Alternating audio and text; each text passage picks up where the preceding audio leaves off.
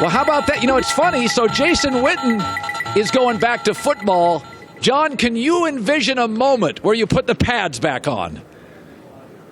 Well, Colin, actually, I want to make an announcement here. I'm signing myself to play strong safety for the.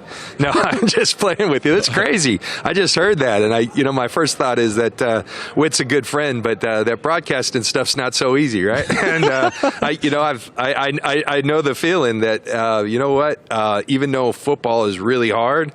There's sometimes when you're trying something new, gosh, you know what? It comes natural to me, and other things are tough. But I think Witt probably. I don't know this. This is surprising to me as well. But sometimes that itch hasn't gone away, and I suppose that's the case. And good for him. I'm excited as everybody else is. By the way, when you're a general manager of a team. You made a gutsy move and you went and got a franchise quarterback, and I think you had to do it because you got the coach and the quarterback, and that's about 50% of this league. Now, I could say, John, you need another perimeter star. John, you need another pass rusher. When you look at your team sitting above, if I said, John, one or two needs, next step now that you have Garoppolo, in your eyes, what are those? Well, I think, I think one thing that I think Ernie Accorsi once said, you got to have that quarterback, and then you got to have the guys to knock them down. So we believe we have our quarterback in Jimmy Garoppolo. We're excited to have him back this year and healthy. And, we're excited with our team's prospects when he's out there. We've got a number of good defensive linemen. It has felt like we're missing that perimeter edge guy. Yeah. Fortunately, I'll tell you, Colin, and this isn't. I'm not the. It's not like I have a unique perspective. This is an incredibly talented defensive line class in this draft, and not just as outside guys, inside guys. It's as good as it's been in years, and so I think that's a need for us. It's a need for a lot of people, and when you say a need, you usually think you're really bad. I just look at it as I think that's one piece that's missing from an area where we can become a tough team to deal with. We got guys like DeForest Buckner and Eric Armstead and Solomon Thomas inside. If you put that edge presence, I think we can become a unit that is tough to deal with.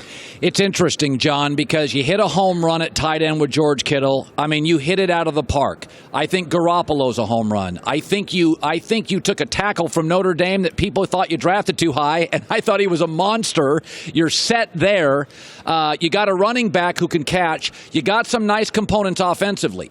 But I keep hearing Niners, Odell, and all these big names. Here's what I would ask you. I've watched the Rams and the Eagles in the last 2 years dip into free agency. And that was always kind of the silly man's land. Like, yeah, that's just wasted money.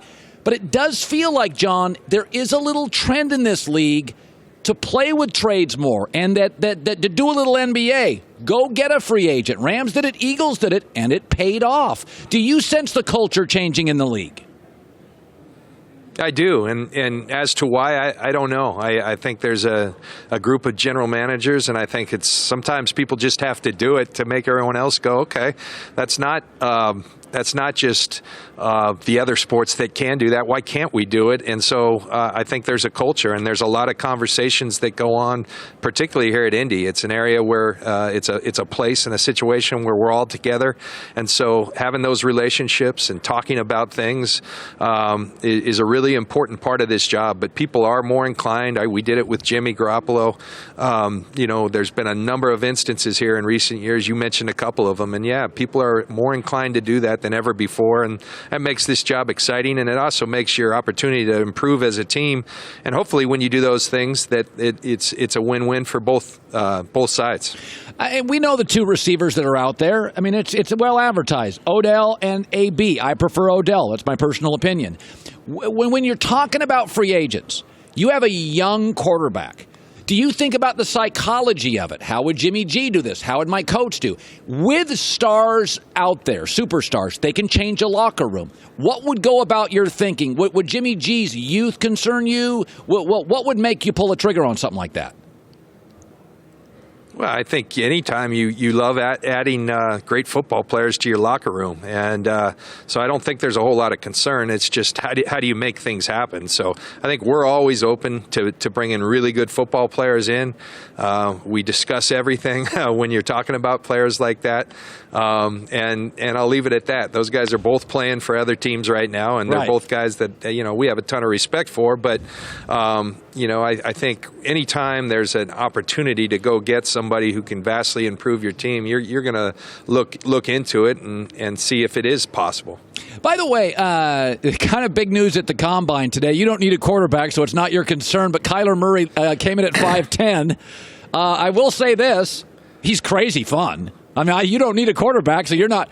But it's like, what do you make quarterback height, size? What do you make of all that talk?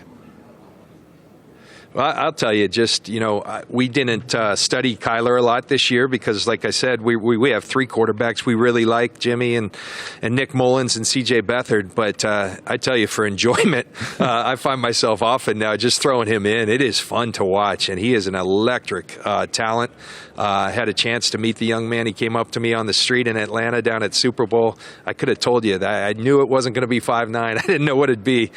He was standing next to Baker, and I said, that's not 3 inches. It might be 1.5. and it sounds about where it ended up. But, he's a special talent. And, I think it's going to be fun to watch him enter our league, unless of course, you have to play against him. So we'll see where that all ends up. Yeah.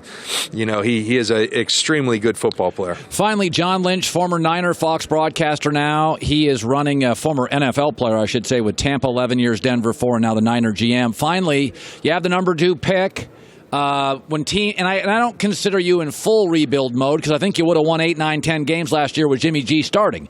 But I do think you are rebuilding parts of your football team. Would you trade the number 2 pick for several picks? Would you do that? I think we're open to anything. We showed a couple, my first year on the job, we went back one spot for several picks. So I think Colin, the one thing I've learned, a lot transpires between now and then.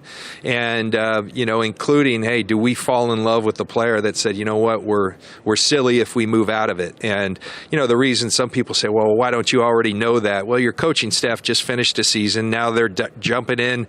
They've done their free agent work. Now they're diving into the draft. So, then we collaborate and we start putting all these thoughts together, and it's an ongoing process. So there's so many different factors. Is there somebody to trade for? Is somebody to trade with?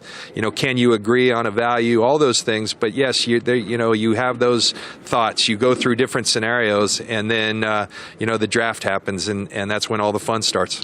John, formerly at Fox, we miss you. One of the good guys. Good talking to you. Hi, everybody. Thanks for watching. Subscribe here to get the latest from the show. Also, be sure to check out more of the best clips from The Herd or go watch a few segments from other shows on FS1.